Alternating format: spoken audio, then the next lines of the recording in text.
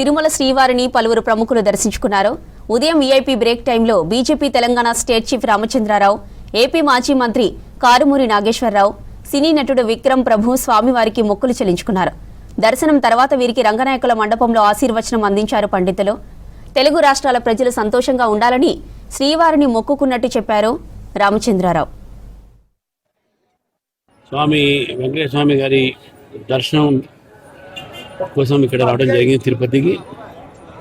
ప్రతిసారి వచ్చినప్పుడల్లా ఇక్కడ మార్పు ఉంటూనే ఉన్నది.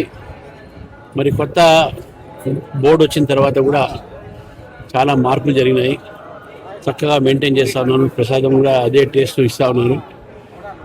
రెండు తెలుగు రాష్ట్రాలకు కూడా ఈ యొక్క ఏదైతే ఫెసిలిటీ ఇవ్వడం జరిగిందో ప్రోటోకాల్ మాజీ ఎమ్మెల్సీలకు అక్కడ ఎమ్మెల్యేలకు ఇది మంచి స్టెప్.